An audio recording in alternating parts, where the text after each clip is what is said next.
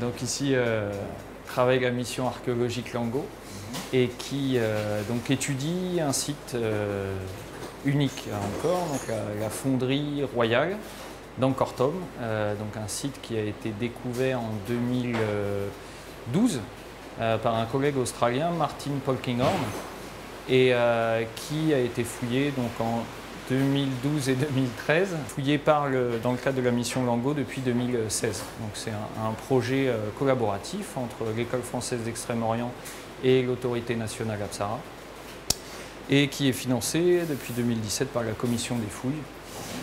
Donc c'est comme je disais, une fonderie royale, donc là où travaillaient les fondeurs angkoriens au service du roi d'Angkor et de sa cour. Donc depuis qu'on a commencé l'étude du site, donc on a un certain nombre de données sur cette fonderie. Donc on sait qu'il produisait de la statuaire, donc de la grande et de la petite fonderie, des statues et des objets. Donc pour les besoins du palais et sans doute également des temples de la capitale. Donc on a pu déterminer le type de production en fonction des objets qu'on a produits. Donc là ici j'en ai une petite sélection. Donc on a tout d'abord trouvé des déchets métallurgiques, donc toute une série de déchets, donc qui va du métal, mais aussi un certain nombre de fragments donc de ce qu'on appelle des céramiques techniques.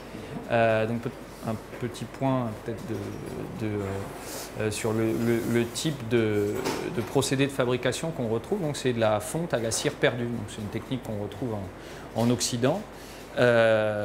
Donc qui implique un certain nombre de matériaux dans toute la chaîne opératoire, toutes les étapes de production. Donc nous on a retrouvé les déchets de cette production, et puis dans un second temps on a retrouvé donc les structures et notamment des fours.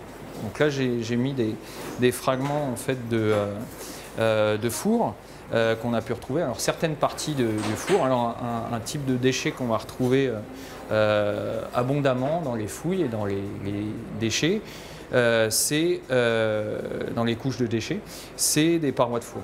Donc c'est des parois donc, qui sont assez semblables en fait à ce qu'on peut retrouver notamment dans la métallurgie du fer. Donc c'est de l'argile qui a chauffé, qui a été confronté à des températures très élevées, à plus de 1000 degrés.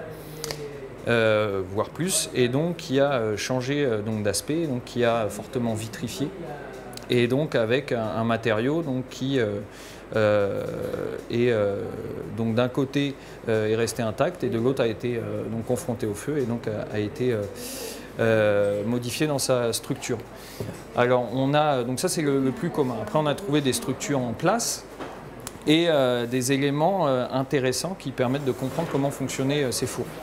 Alors on a notamment des tuyères, donc ça c'est ce qui correspond à la partie supérieure d'un four avec une tuyère, donc c'était le système de ventilation donc, qui permettait d'apporter la chaleur dans le four. Et donc là on a une entrée de tuyère, donc il faut imaginer des tuyères qui étaient certainement en matériaux organiques, et donc qui venait se fixer ici à l'entrée du four. Donc là, c'est une là, qui est relativement bien conservée. On en a d'autres en fait où c'est ce qu'on appelle le gradient thermique qui va nous permettre d'identifier en fait les parties qui ont plus chauffé, donc là, par la forme aussi qui permet d'identifier ça comme un fragment de paroi, mais aussi avec une tuyère encore conservée. Alors plus compliqué comme fragment, on a aussi, donc c'était des fours qui étaient destinés à recevoir des creusets. Donc je vais montrer après des creusets. Des creusets donc, où le métal entrait en fusion, et donc c'était le métal qu'on allait couler, et donc ces creusets étaient déposés sur comme une plaque à l'intérieur du four qu'on appelle une sole, et qui était une sole perforée. Alors en fait pour l'instant on en a retrouvé un fragment, on en a d'autres à identifier encore, mais donc on voit ici en fait deux faces. Donc une face qui est encore une fois vitrifiée, Donc c'est cette argile qui se transforme avec la chaleur, donc sur une épaisseur assez importante. Et de l'autre côté, de l'argile qui a simplement rubéfié, donc qui a chauffé, qui a pris cette coloration rouge. Et on voit en fait ici des perforations qui permettaient à l'air de passer. Et donc encore une fois, cette circulation de l'air apportait la chaleur. Alors là, c'est un exemple angkorien. Et pour comprendre un peu mieux, on a un exemple en fait qui est un exemple post-angkorien, qui vient de Longvek, donc au nord de Phnom Penh, et où on voit bien en fait ces perforations et de la même manière deux côtés caractéristiques, une zone entièrement vitrifiée et de l'argile rubéfiée. Donc en fait, certainement ces sols, donc, étaient comme des grands disques en fait, sur lesquels étaient déposés les creusets, étaient soutenus par des supports, et on en a retrouvé aussi un certain nombre en fouille, donc des supports en argile qui étaient solidaires de la paroi et sur lesquels venaient se poser ces plaques.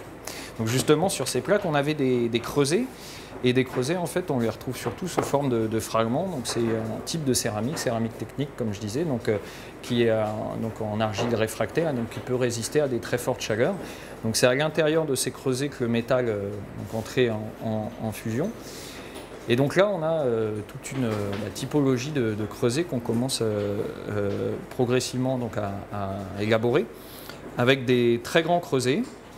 Alors là, on en a un exemple, donc ce qui pourrait correspondre à un fond de creuset. On voit encore en fait le métal, des dépôts métalliques et notamment donc, des billes de cuivre, parce que donc, je ne sais pas si je l'ai précisé, mais donc on est dans une métallurgie du cuivre et de ses alliages. Donc un des alliages du cuivre, c'est le bronze, donc du cuivre et de l'étain.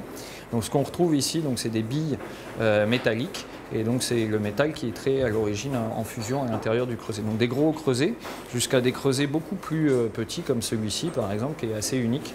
Pour l'instant on voit encore en fait le bec verseur qui est conservé et donc qui permettait donc, de verser le métal. On a même retrouvé, donc en fait on a vraiment toutes les étapes qui sont documentées. Comme ici par exemple où, bon là c'est plus difficile à s'imaginer mais donc les objets étaient fabriqués en cire. Ensuite, donc, entouré d'un moule aussi réfractaire, donc qui résiste à des très fortes températures. Le moule a été chauffé, la cire évacuée, puis le métal venait prendre la place de la cire. Donc là, on a un fragment de moule, mais ce qui correspond en fait au cône de coulée, c'est-à-dire à l'endroit du moule où le métal entrait. Donc il faut imaginer que le creuset était versé dans cette partie supérieure du moule. Le moule était ensuite cassé, on obtenait l'objet. Donc ça, c'est des objets en fait qui sont vraiment uniques et qui nous renseignent sur toutes les étapes. Et vu les dimensions rien que du cône de coulée, en fait, on peut imaginer que l'objet fabriqué était de grande dimension et certainement un élément de statuaire ou en tout cas de la grande fonderie.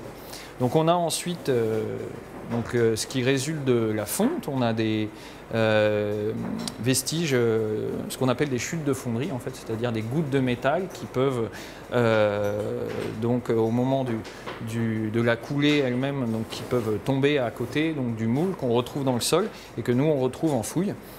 Alors c'est des petits objets, mais qui en fait nous intéressent directement parce qu'on peut donc faire des analyses sur le métal et connaître en fait les types d'alliages qui étaient pratiqués sur la fonderie. Donc ça c'est donc plutôt des déchets. On a aussi des scories de cuivre qui se retrouvent sur la fonderie et puis après des objets finis donc on retrouve sous forme essentiellement fragmentaire. Et donc, comme ici, par exemple, on voit un fragment d'objet, peut-être un récipient, vu la finesse de ce type de plaque.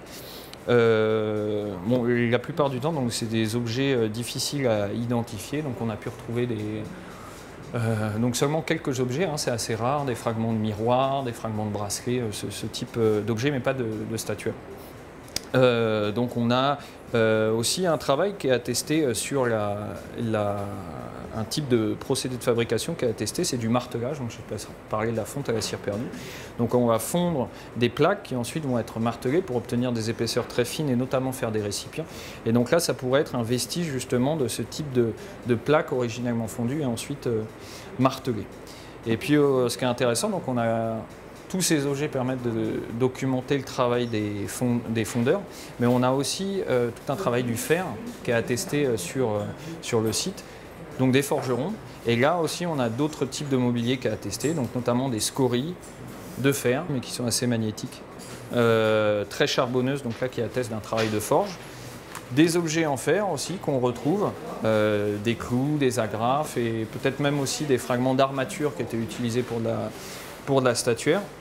Et puis encore d'autres métaux, donc on a retrouvé donc, du cuivre doré et du bronze doré, on a retrouvé aussi du plomb. Donc on a, et j'ai aussi pas sorti, mais on a aussi retrouvé des résines, donc c'est toute une série de matériaux qui sont à prendre en compte quand on étudie une fonderie. Donc on pense tout de suite au métal, en fait, au cuivre, mais donc on a le cuivre plus d'autres métaux qui rentrent dans la composition, l'étain, le plomb, l'or pour la dorure, le fer, et puis aussi évidemment l'argile qui est la matière première qui sert à faire les moules, qui sert à faire les fours, qui sert à faire les creusets. Alors les premières analyses tendent à montrer qu'on a le même type d'argile que utilisé pour toutes ces céramiques techniques et de l'argile qui certainement viennent du site lui-même à Ancortom. Et on a aussi le charbon aussi qu'il faut imaginer, donc le bois de chauffe, etc. qui a été utilisé sur la fonderie. Donc là aussi les charbons donc, dans le futur pourront être étudiés par l'anthracologie et pour essayer d'identifier les espèces d'arbres utilisés comme aussi les espèces de résine aussi utilisées. Donc la résine étant souvent mélangée avec la cire pour faire une préparation de cire qui sert à la cire perdue. Et donc je me rends compte que je n'ai pas donné forcément de repères chronologiques, mais on est donc à une fonderie qui fonctionne avec le Palais Royal et qu'on date pour l'instant sur quelques datations radiocarbone déjà effectuées entre le milieu du XIe et le début du XIIe siècle.